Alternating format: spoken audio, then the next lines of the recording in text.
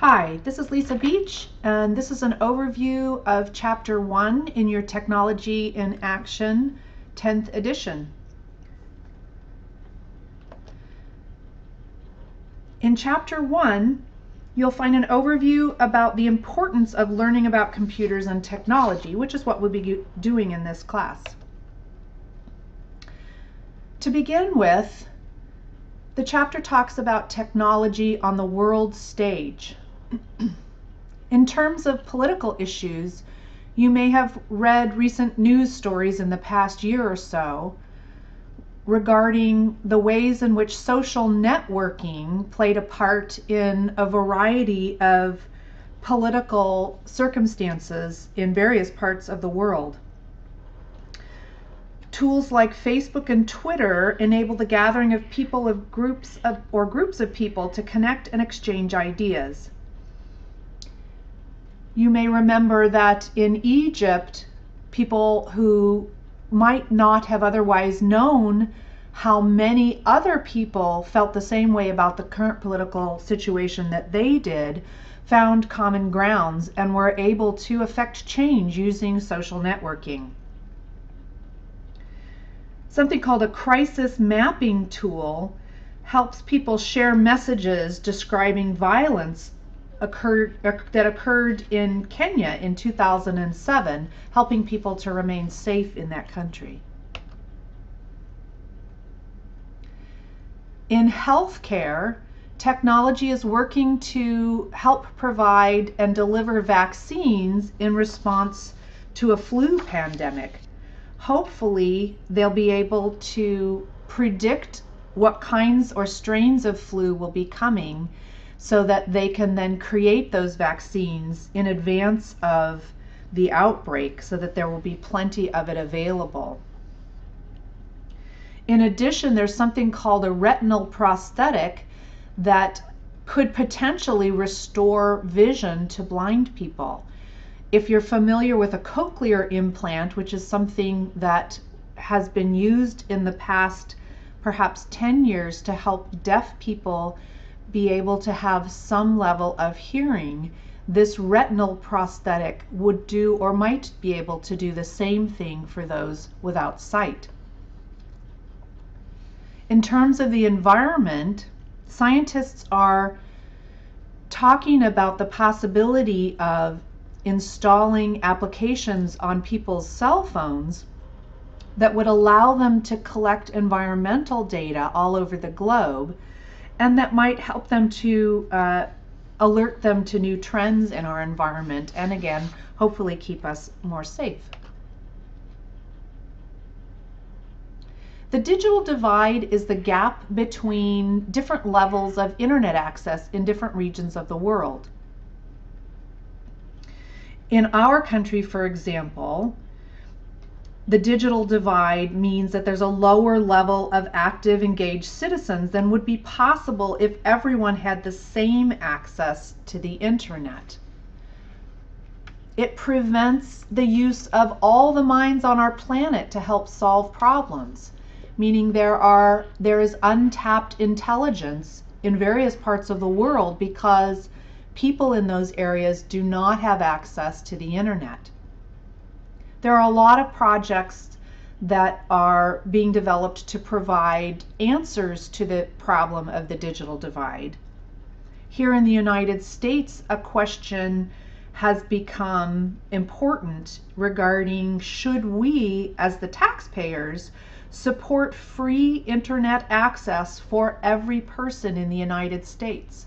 So regardless of where you live, in the city, in the country, whether you have a lot of money or a little money, should everyone have free access to the internet? And if so, should the government, meaning we as taxpayers, pay for that?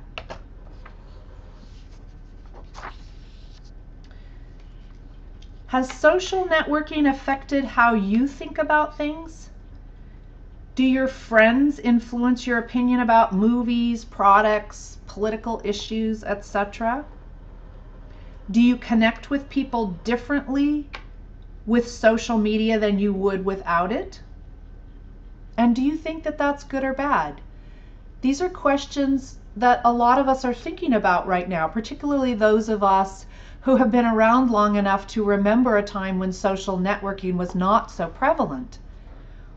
If you're of an age when you don't remember ever not having social networking, it may be more difficult for you to compare having it and not having it. But a lot of us feel as though things are changing in terms of how people make up their minds about a variety of things these days. And social networking is having an effect on how we think, how we connect with other people, even how we purchase and consume products. Have you ever been on a social networking site and seen an image or a post from somebody saying how great a new product is and thought to yourself, wow, I've never even heard of that, or I hadn't considered purchasing that, but maybe now I will? Well, retailers know that we're doing this, and they're trying to get involved, obviously, in that whole process of social networking.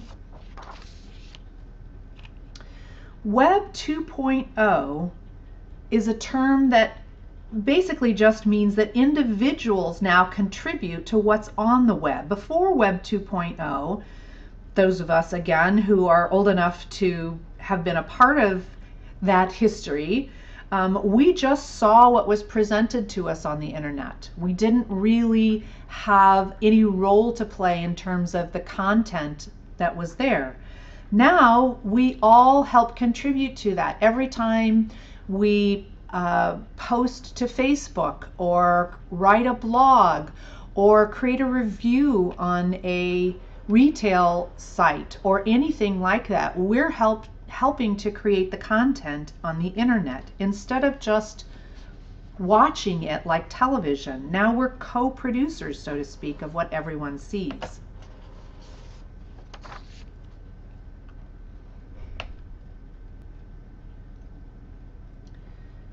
We're connecting with other people on the internet in a lot of different ways. One way is through music. I don't know if you've heard of this guy who is conducting virtual choirs, but let me just let you listen to just a few minutes of, or just a minute actually, of this guy who actually, his name is Eric Whitacre, and he creates music using thousands of people's voices all over the world.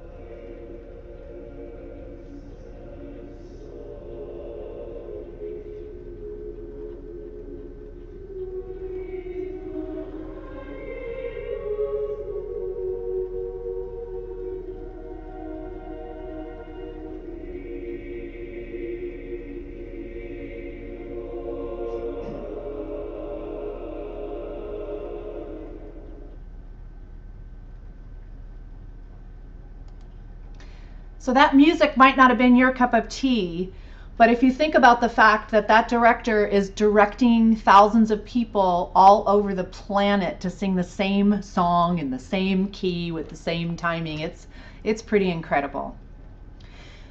Some other ways technology is impacting the way we connect are in the business arena. You may be familiar with some sites, for example, Kickstarter and crowdfunding, where if you have a particular project that you need funding for, you can register with one of these sites and people can contribute to your project. In some cases, they can contribute based on the assumption that your project will be successful and return some dividends, and that if your project is not successful, you won't actually be charged for your contribution. So interesting ideas.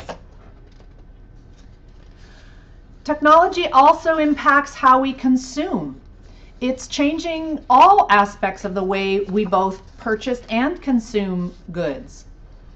So marketing strategies are counting on the fact that people have cell phones. You may have seen these QR or quick response codes on various things or in various places. You even see them on buses now. So these are codes that if you download a little app onto your smartphone, you can then point it to one of these QR codes and it immediately takes you to a location on the internet that has information about whatever it is that the company who put the QR code there wants you to have. People are also doing more price comparisons. So if you're like me, you walk into a store, you see something you want to buy and you think, gee, should I buy it here? Or, you know, there's a big box store down the street that might have it for cheaper. And then there's, you know, Amazon.com. I wonder if their price is the same. So you stand there with your smartphone and you compare all the prices from these different places. It makes retailers be much more cognizant of what other people are selling the same goods for, and those price differences become a whole lot less. People are using more coupons, and people are using coupons on their mobile phone. If you use Groupons, for example, you know that if you have the app on your phone and you purchase a Groupon, all you have to do is take your smartphone with you and show them the Groupon on your phone, and it's just as valid as if you had printed it out on a piece of paper. We mentioned that social media allows us to share our opinions about products, and that a lot of retailers on websites have reviews that let us know what others think about a product before we buy it.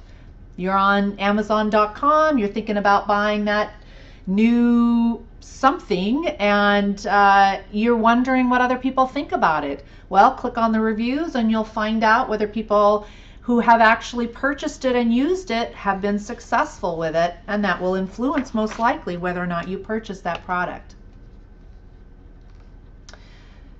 There are other ways in which technology is impacting how we consume. For example, the difference between accessing something and owning something. So there are a variety of sites like Zipcars that allow people to share the same product. So a company purchases a fleet of cars, and then it basically lets a group of people have access to the same car. So if you live in San Francisco and you don't generally need a car except for on special occasions, you can just purchase a contract, so to speak, to use that car whenever you need it, and then you don't have the cost of purchasing the car, maintaining the car, and all of that. Same thing is true for bicycles, particularly in big cities. And then swap.com, that allows you to say on a website, you know, I have this particular thing, but what I really need is this other thing. Is anybody out there willing to just trade me with no dollars involved? So another very different way that we're consuming things because of technology. All right, how is technology going to improve your life? Well, hopefully by the end of this course, you're going to be computer literate. That just means that you're going to understand both the capabilities and the limitations of computers, and you're going to know how to use them safely and efficiently. Some of the things we're going to learn in this course are how to avoid hackers and viruses, how to protect your privacy, understanding the real risks of using the internet, using the web wisely, how to avoid online annoyances, and learning how to maintain, upgrade, and troubleshoot your own computer. In terms of technology and your career, there are a lot of ways that computers are changing the way we work, and let's look at a few of those.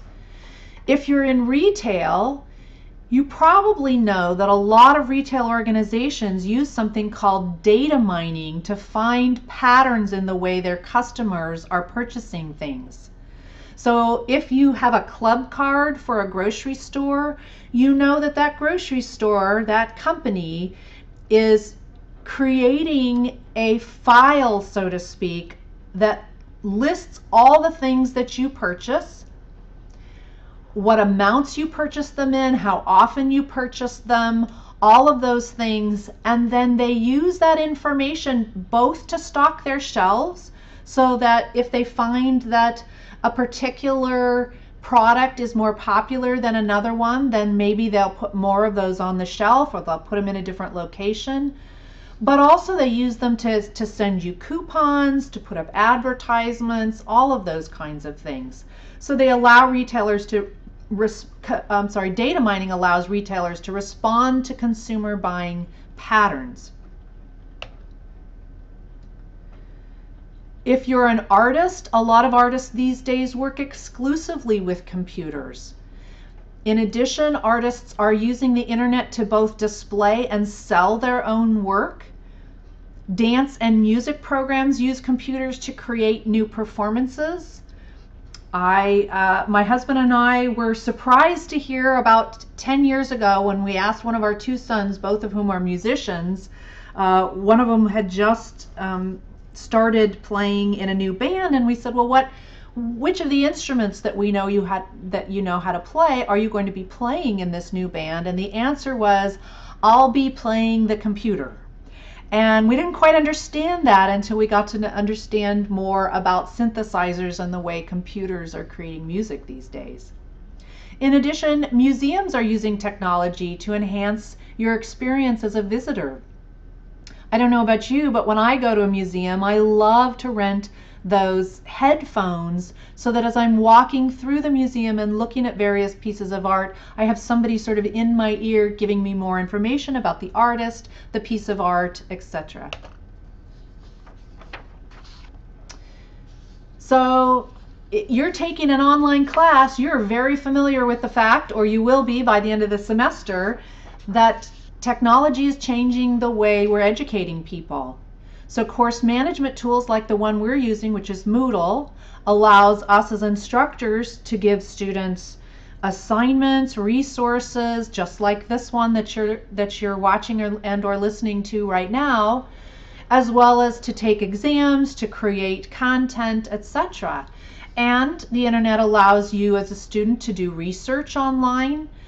There are simulations and instructional software. The MyIT program that you have access to now is a simulated learning environment for the Microsoft Office applications, so you don't actually have to own that software in order to learn how to use Microsoft Office. And you can take virtual tours of museums, etc., right on the internet. In law enforcement, computers are being used to solve crimes. You've all been watching the TV programs where they're taking the fingerprints and they're running them through the database to find out whose fingerprints those are, or whose face that is, what the name of the person is who looks like that, or whose blood type that is, or who owns that car. Those are all databases that law enforcement uses to solve crimes. Computer forensics is a study that analyzes computer systems to gather potential legal evidence. So if a firm is being accused of committing a crime, the government or the law enforcement community will come in and seize that company's computers and analyze them to collect evidence about whether or not that company really is committing that crime. In medicine, technology is doing amazing things, and I hope you'll read carefully about these things as we get to that chapter in our textbook, because it's fascinating. So one of the things is this biomedical chip research that is providing solutions to physically identify people. Now, this freaks a lot of people out. Why do I want somebody being able to identify me? I don't want to have a chip in my body. It sounds very sci-fi and robotish and all of that. But it's doing a lot of good in areas like Alzheimer's study, where patients often, or people in homes often have the unfortunate tendency to wander away and get lost, and then it's difficult to find them or identify him.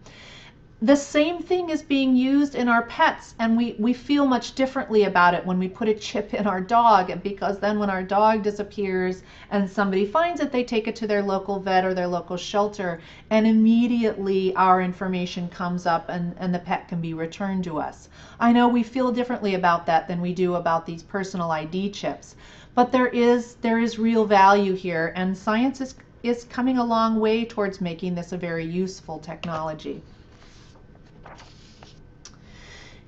In simulations, weather forecasting is becoming a popular place for simulations and forecasting, so that we can, or our scientists can, look at simulations of weather all over the planet and begin to predict particularly dangerous weather patterns, so that people can be warned to be careful, to take shelter, to leave an area, to evacuate, etc., before that danger becomes a reality in that location.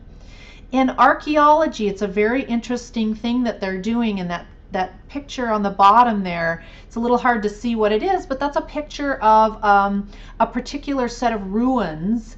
And what they're doing is they're able to use this imagery in order to figure out what is there, and also to fill in the gaps of what isn't there. They can use this imagery to, so to speak, forecast what has been destroyed in those ruins, so that they can model it or recreate it digitally for scientific purposes. There's an interesting field of study called affective computing. Affective computing relates to trying to simulate or identify emotion, or trying to influence emotion using computers. So if you've ever known someone who has autism, anywhere on the spectrum of autism, for example, Asperger's or even greater autistic tendencies than Asperger's, you may be familiar with the fact that people who have those issues tend to have a difficult time identifying visual cues and relating them to emotions. So there are these emotional social prostheses that someone with autism or Asperger's might wear or have with them, that literally takes a picture of the person they're speaking to and gives them information about what that person is feeling. So it analyzes the facial expression or the body language of the person and tells the person with autism what the person they're speaking to might be feeling, because the person with autism cannot understand that intuitively the way other people can. It's a fascinating field of study. All right, so that's chapter 1 in a nutshell. Remember to take those self-study quizzes that you'll find if you go to your MyIT site before you take the exam for chapter 1, and obviously you're going to read the chapter because there's a lot more detail, and the exam will cover a lot of details that I didn't cover, but hopefully this was a helpful review of the chapter.